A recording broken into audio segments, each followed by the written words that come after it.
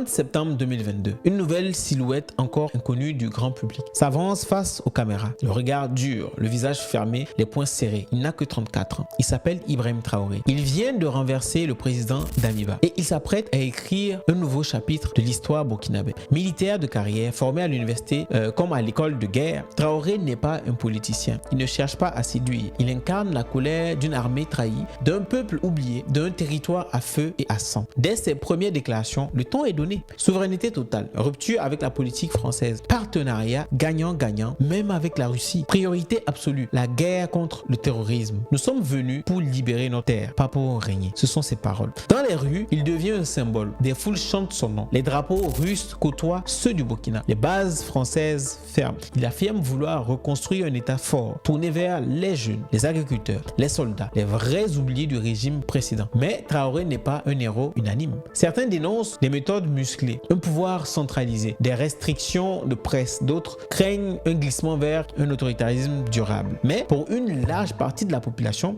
il représente la première figure d'espoir depuis Sankara. Militaire, jeune, patriote, franc, radical, Ibrahim Traoré est devenu en quelques mois une figure incontournable de la nouvelle Afrique insoumise. En 2025, il est toujours au pouvoir, sous un régime de transition. Il n'a pas encore annoncé d'élection. Il continue de promettre la reconquête territoriale et l'indépendance totale. Reste à savoir s'il tiendra parole ou s'il rejoindra la longue liste de ceux que le pouvoir a transformés. Pour l'instant, le peuple observe et l'histoire reste à écrire.